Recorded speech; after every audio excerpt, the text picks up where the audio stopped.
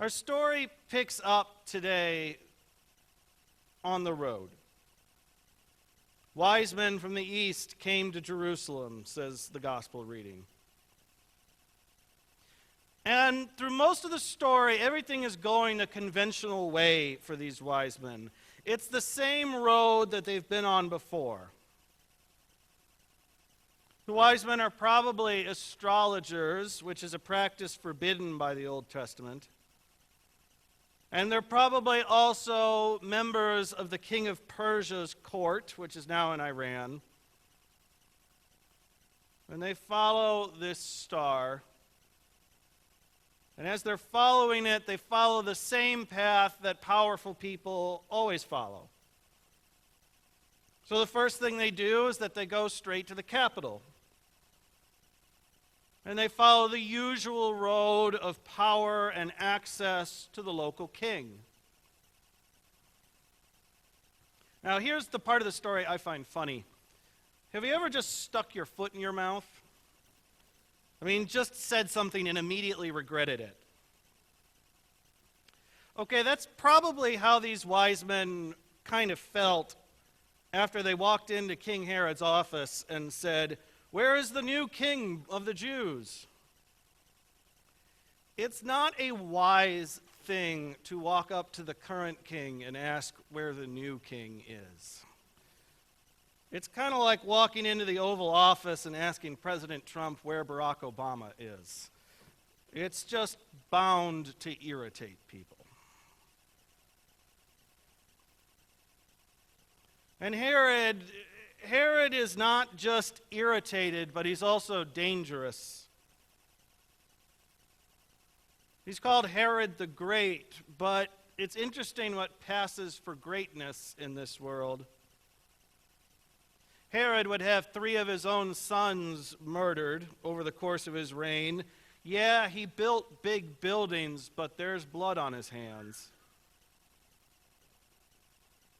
But in a certain way, paranoid political rulers are nothing different. It's the same old road for politics. And Herod has a favor to ask of these wise men. Bring me back news of this king. Act as my intelligence agents, if you would. Herod is lying, of course. He wishes to eliminate threats, not worship them. But powerful people asking favors of other powerful people, that's nothing new. Same old route and same old path that the world always takes.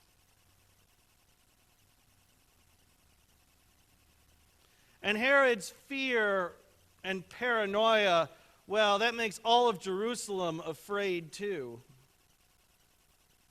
Scared people, scared and paranoid kings, wealthy and powerful people granted access to the halls of power.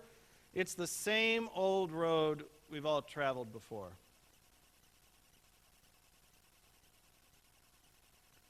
Yet if it seems like everything's going to remain the same, then you'd better buckle up, because it's not. There's about to be another road, a different way, and Christ will call these wise men to a different road. It starts with the prophecy itself.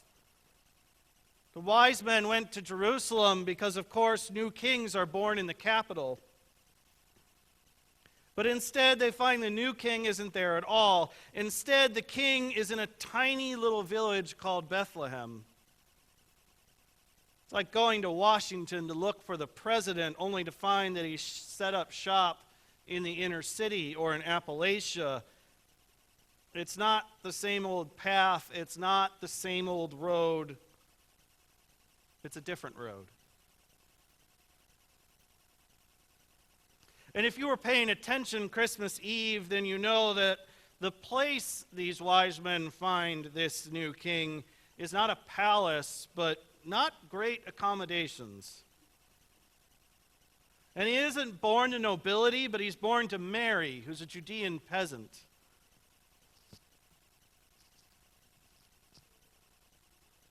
And this new king himself is God in the flesh, but it's not God powerful, but God in a baby's form. Not very powerful at all. It's all so different than they were expecting.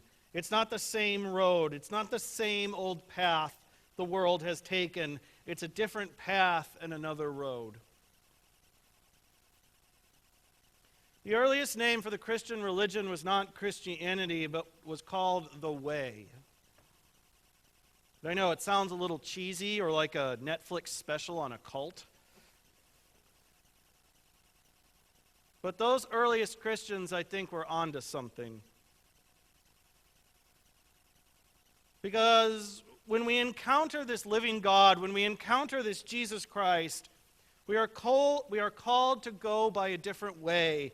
We are called to go by another road, as our reading says.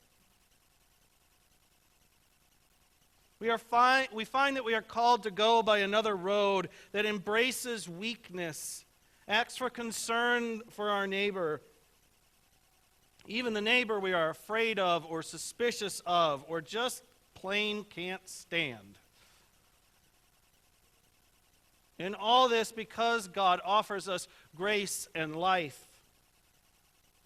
Meeting this Jesus Christ, we find grace and resurrection from all the old roads in our life. So I have no question for you today, but I do have an invitation. And the invitation is to join the wise men by another road. Here's the thing, we're not really all that different from the wise men. Like them, in a few moments, you will come to the table, you will kneel and pay homage and worship, and you will have a meeting with Jesus Christ in physical form, right at this table. And like the wise men, you will then be called to return home. Go in peace, serve the Lord. Thanks be to God. And the question is, which road will you take? The road back to Herod? That same old road the world has always taken? If we're honest with ourselves, we can all admit that we all have a little Herod in our life. We all have a dictator who is afraid and makes everyone else afraid too. And just like the wise men, whoever your Herod is or whatever your Herod is asking you to work with him. Let's be honest, Herod's offer is a tempting offer. It's easier to work with the powerful than to resist. It's easier to give in to our tyrants than to fight them. It's easier to believe that the offer of security is worth the price of violence. And it's easier to take the same old road we have always taken.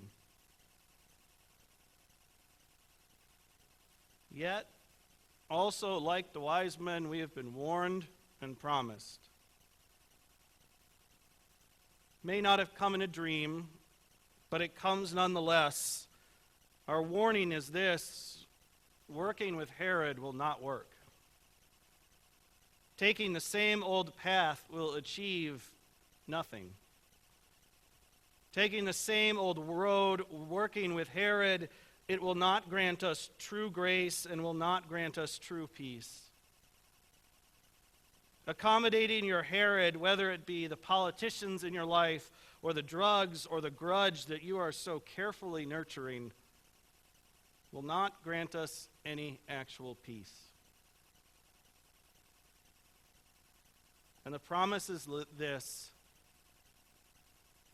we have been led to Jesus Christ, and through Jesus Christ there is another road. It is a way that involves sacrifice. It involves intentionally giving up your security and intentionally giving up a life at ease. and intentionally working against the Herods of this world. And it's a way that intentionally involves taking up your cross and following Jesus Christ. Yet it's a promise that also means there is life on this other road. It means that there's a different way other than suspicion and hate of our neighbor, and it's another road other than the cynical pursuit of success and the bone-grinding road of work. Let's be honest, we've all tried those old roads before. We've all tried, and we know deep down they don't work. That old road of anxiety over the future won't bring you any peace. And that old road of grudges and insults remembered won't actually bring you any forgiveness. And the old road of drugs and alcohol won't really ease the pain. And no matter how much we spend on our security, it will not actually give us true peace. But perhaps there is another way. Perhaps, like the wise men, we can go home by another road, a road that involves embracing the poor, embracing the stranger. And let me tell you, these wise men were strange in their day. A road that involves embracing weakness and danger and even death. Because we know that in this Jesus Christ we all meet, that there is life and new life at that. We as the people of God have seen this Jesus Christ. And I don't just mean down there. We've seen this Jesus Christ. We've been led to the manger. We've seen God worshipped and paid homage. But now that same Jesus Christ calls us to go by another road. Amen.